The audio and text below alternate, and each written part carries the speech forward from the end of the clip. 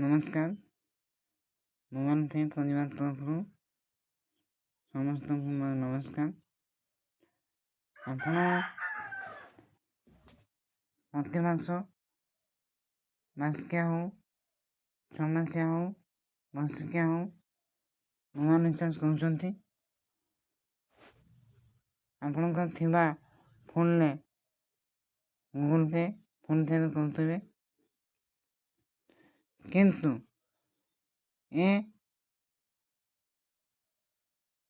ଆଜି ଯାହା ବିଷୟ କହିବା ପାଇଁ ଯାଉଛି ଠିକ୍ ସେଇଭଳିଆ ମୋବାଇଲ ପେ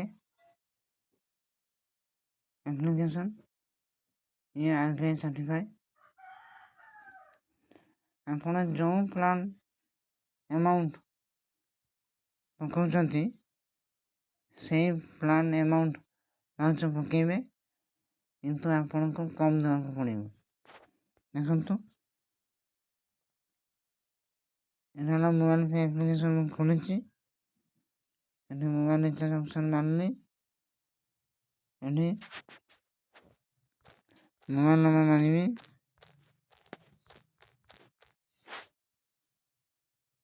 এই নম্বরটা ମୋ ନିଜ ନମ୍ବର ମୁଁ ଡାଏଲ୍ କଲି ଏବଂ ପ୍ରୋସିଡ୍ ମାରିବି। ପ୍ରୋସିଡ୍ ମାରିଲା ପରେ ଏଠି ସୁନିଶ୍ଚିତ ଧ୍ୟାନ ଦେବା, ଆମ ଏଇ ନମ୍ବରଟା ଏୟାରଟେଲ୍ କି ଜିଓ କି BSNL ଆଗରୁ କ'ଣ ଥିଲା, ମୁଁ ପୋର୍ଟେବଲ୍ କରିକି ବର୍ତ୍ତମାନ କରିଛି, ତାପରେ ଲକ୍ଷ୍ୟ ରଖିବା। ମୋ ଯେହେତୁ ଜିଓ ଏଠି ଦେଖେଇଛି, ବେଳେବେଳେ ମାନେ ଠିକ୍ ପୋର୍ଟାଲ୍ ଦେଖାଏନି। ଯଦି ଆପଣଙ୍କର ଠିକ୍ ନ ଦେଖେଇଥିବ, ମାନେ ଏଇ ଜିଓ ଯେଉଁ ଲେଖା ଅଛି ତା ଉପରେ ଛୁଇଁବେ।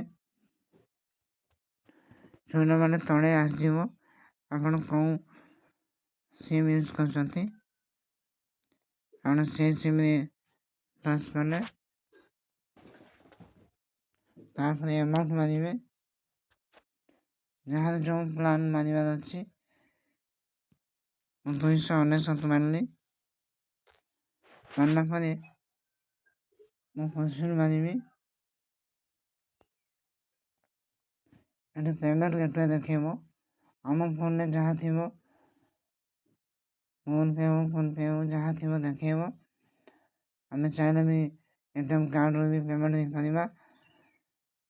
ଆମେ ଚାହିଁଲେ ବି ଆମ ମୋବାଇଲ ପେ ୱାଲେଟ୍ ପଇସା ଯଦି ଥିବ ବି ଆମେ ତାକୁ ଦେଇପାରିବା।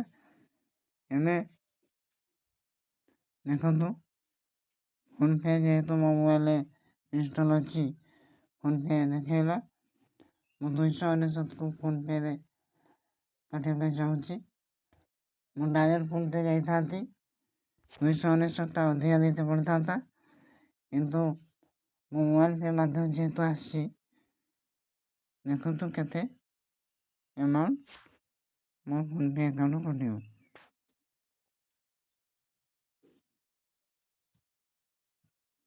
ଦେଖନ୍ତୁ, 299ଟା 296 ଟଙ୍କା 1 ପଇସା ମୋ ଆକାଉଣ୍ଟରୁ କଟିବ। ଆଉ ଅଧିକା ଦେବାକୁ ପଡ଼ିଲା ନାହିଁ।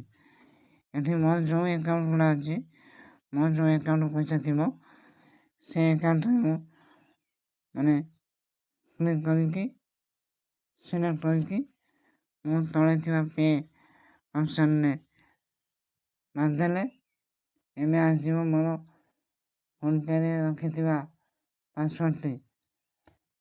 ମୁଁ ତାକୁ ଯାହା ଥିବ ମୁଁ ମାରିଦେଇ ଏ ରାଇଟ୍ ଚିହ୍ନ ଛୁଇଁଦେଲେ ମୋର ପଇସା ବାଲାନ୍ସ କଟିଯିବ ଆକାଉଣ୍ଟରୁ ଏବଂ ରିଚାର୍ଜ ହେଇଯିବ। ଯେହେତୁ ମୋର ବର୍ତ୍ତମାନ ରିଚାର୍ଜ କରିବାର ନାହିଁ, ସେଥିପାଇଁ ମୁଁ ତାକୁ ସକ୍ସେସ୍ କରୁନାହିଁ, ଖାଲି ଆପଣ ଦେଖିବା ପାଇଁ ଏଠି ଦେଖିଦେଲି। ଏବେ ମୁଁ ବ୍ୟାକ୍ କରୁଛି।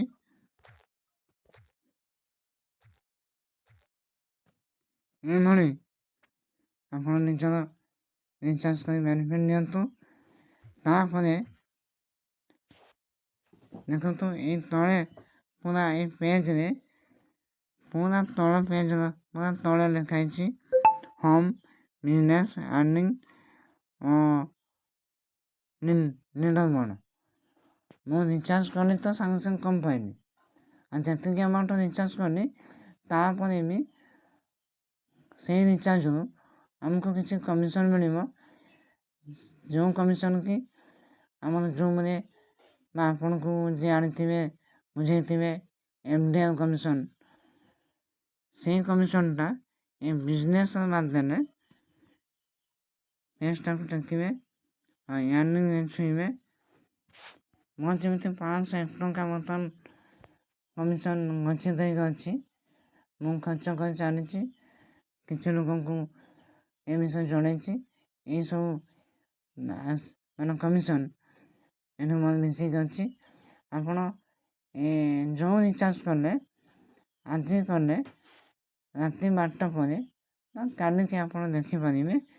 ମୋର ଯେମିତି 501 ଟଙ୍କା ଅଛି, ଆପଣ ଯେଉଁ ରିଚାର୍ଜ କରୁଛନ୍ତି ଯେତେ ଟଙ୍କାରେ ବି ହେଉ, 1 ପଇସା ହେଉ 10 ପଇସା ହେଉ ଟଙ୍କାଟେ ହେଉ, ପୁଣି କମିଶନ୍ ଆକାରରେ ଏଇ 501 ଜାଗାରେ ଆପଣଙ୍କୁ ଦେଖେଇବ।